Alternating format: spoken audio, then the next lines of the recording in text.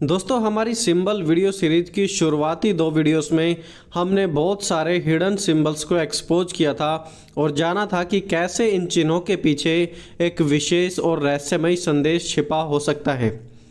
इन symbols को हम में से काफ़ी सारे लोग जाने अनजाने में इस्तेमाल करते हैं। आज जो सिंबल्स हम देखते हैं वो बेशक देखने में बिल्कुल सिंपल लगते हों, लेकिन आजकल ये सिंबल्स शैतान और उसकी वैल्यू को रिप्रेजेंट करने के लिए इस्तेमाल किए जा रहे हैं। जब हम अपने चारों ओर के लोगों को ऑब्जर्व करते हैं तो देखते हैं कि लोग वो कर रहे हैं जिसके बारे में उन्हें कोई आइडिया भी नहीं है, ना हिस्ट्री ना शुरुआत जानते हैं, फिर भी बस करने में लगे हुए हैं। आज से 10 साल पहले सिंबल्स का इतना हैवी यूज नहीं था जितना कि आज पाया जाता है, और ये सिंबल्स न्यू वर्ल्ड ऑर्डर की प्रिपरेशन है, जहां का नया बादशाह शैतान होने वाला है। और आज मैक्सिमम लोग शैतान के साथ चल रहे हैं, परमेश्वर के साथ नहीं। आज टीवी में, म्यूजिक में, एडवर्टाइजमेंट में इन सिंबल्स का भरपूरी से इस्तेमाल हो रहा है।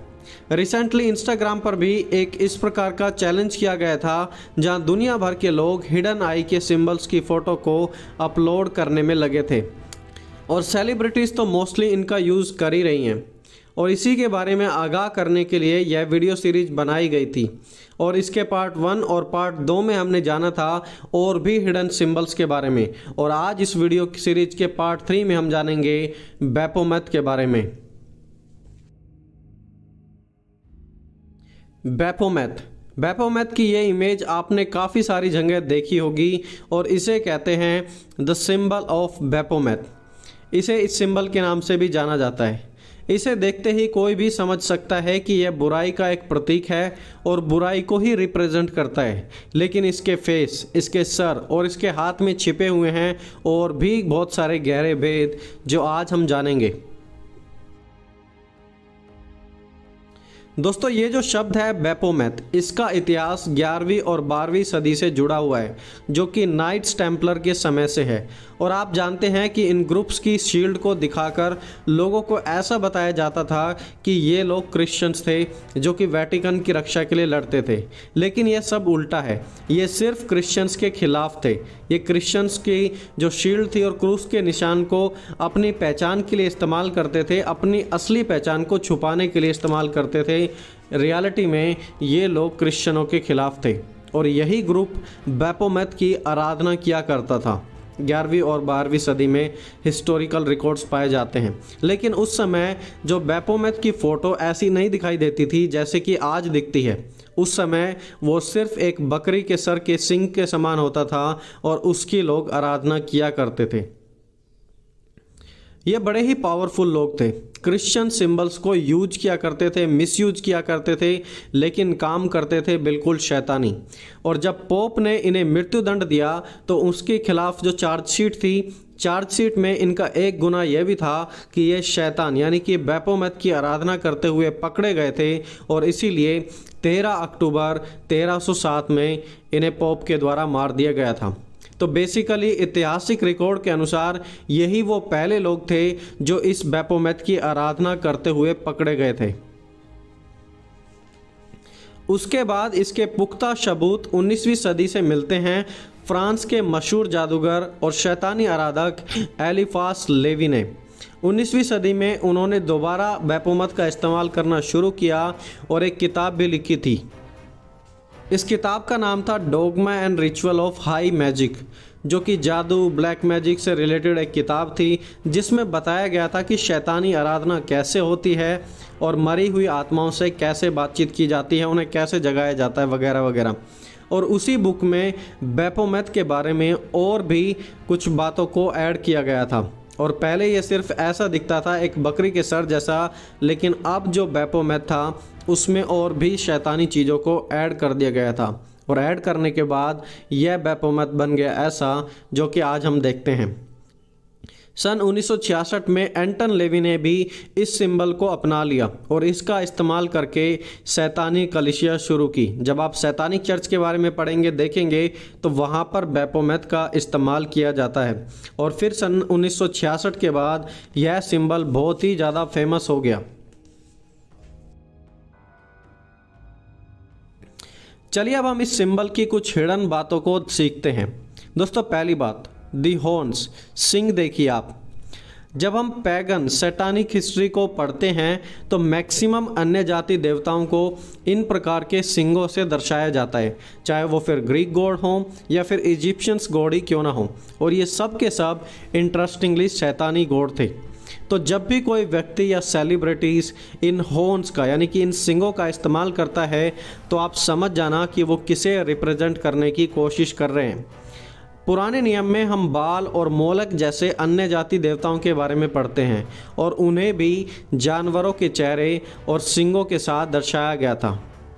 ग्रीक गॉड पैन को भी सींग के साथ दर्शाया गया है। पहली एवेंजर जो मूवी थी उसमें सींग वाले व्यक्ति लोकी को, जो कि दुष्ट था, उसे भला दिखाया गया है, लेकिन इन रियलिटी वो बुरा ही था। दोस्तों दूसरा पार्ट है गोट फेस यानी कि बकरी का चेहरा। बैपोमेट को सेबैटिक गोट के नाम से भी जाना जाता है। मेनली पी हॉल उनकी किताब the secret teachings of all ages में एक्सप्लेन करते हैं कि बकरी का इस्तेमाल शैतानी प्रक्रिया में किया जाता था, और डिक्शनरी ऑफ मिस्टिसिज्म में भी एग्जैक्टली यही मीनिंग बकरी का बताया गया है। तो बकरी का चेहरा क्यों है? क्योंकि बकरी शैतानी वर्शिप से पहले से ही रिलेटेड थी और उसी का इस्तेमाल आज भी किया जा रहा है। दोस्तों तीसरा पार्ट पेंटाग्राम, और इस पेंटाग्राम में ही बकरी का चेहरा दिखाया जाता है। बैपोमेट के सर पर पेंटाग्राम का चिन्ह मिलता है। सन 2016 में अमेरिका में यह फ़ोटो बहुत ही ज़्यादा वायरल हुई थी और इसके बारे में हम अपनी पहले वाली वीडियो में डिस्कस कर चुके हैं। अगर आप और विस्तार से जानना चाहते हैं तो आप उस वीडियो को ज़रूर चेकआउट करें। दोस्तों अगला पार्ट है एंड्रोजीनियस फिगर, पुरुष और महिला का शरीर एक साथ। देखिए शैतान के इस फोटो में आप देख सकते हैं कि शरीर में जो ब्रेस्ट दिखाई दे रही हैं वो ब्रेस्ट महिलाओं वाली दिखाई दे रही हैं और बाकी का शरीर पुरुषों वाला है। मेल फीमेल की बॉडी का मिक्सचर है ये, और इसीलिए आज आप देखेंगे कि LGBT पुरुष पुरुष से शादी कर रहा है, लेस्बियंस महिला महिला से शादी करने में लगी हैं, गे मैरिज वगैरह बहुत ही ज़्यादा प्रमोट हो रही हैं। मेल फीमेल कपड़े पहन रही हैं और फीमेल मेल कपड़े पहन रही हैं। सेक्सुअल आइडेंटिटी को चेंज करने में लगे हुए हैं ये लोग, और कनाडा में तो इन चीज़ों को स्वीकार भी कर लिया है। तो ये चीज़ें सेक्सुअलिटी से रिलेटेड हैं और ये शैतानी आराधना में इस्तेमाल की जाती हैं, और इसी के प्रभाव से आज ये चीज़ें हमारी दुनिया में भी नॉर्मल होने लग रही हैं।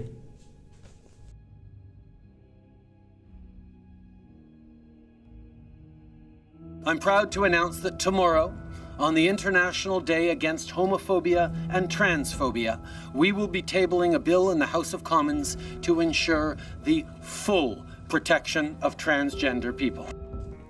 दोस्तों नेक्स्ट पार्ट है, एक हाथ ऊपर की तरफ उठा हुआ है और दूसरा हाथ नीचे की तरफ। आप इसे देखिए ध्यान से, एक हाथ ऊपर की तरफ है और दूसरा नीचे की तरफ, और इसे कहते हैं the symbol of as above so below.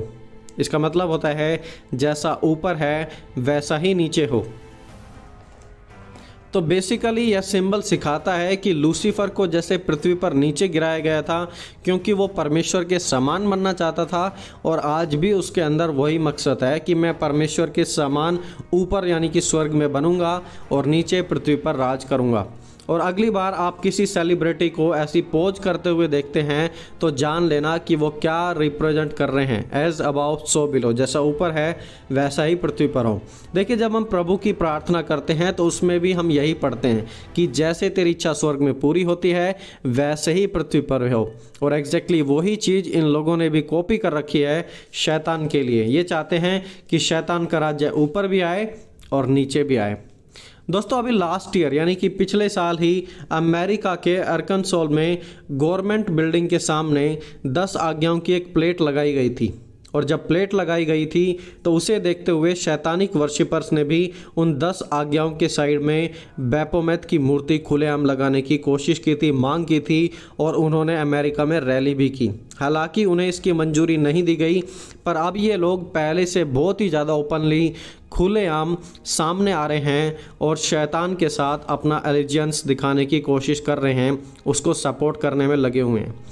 तो दोस्तों यह था इस वीडियो का पार्ट 3 और आप पार्ट 1 और पार्ट 2 को भी ज़रूर देखें और आपको बहुत कुछ सीखने को मिलेगा।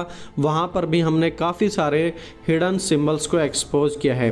और दोस्तों इस वीडियो को आप लाइक करें, इसे शेयर करें और भी ज़्यादा सीक्रेट मीनिंग्स को एक्सप्लेन करने के लिए, समझने के लिए आप हमारे चैनल को ज़रूर सब्सक्राइब करें।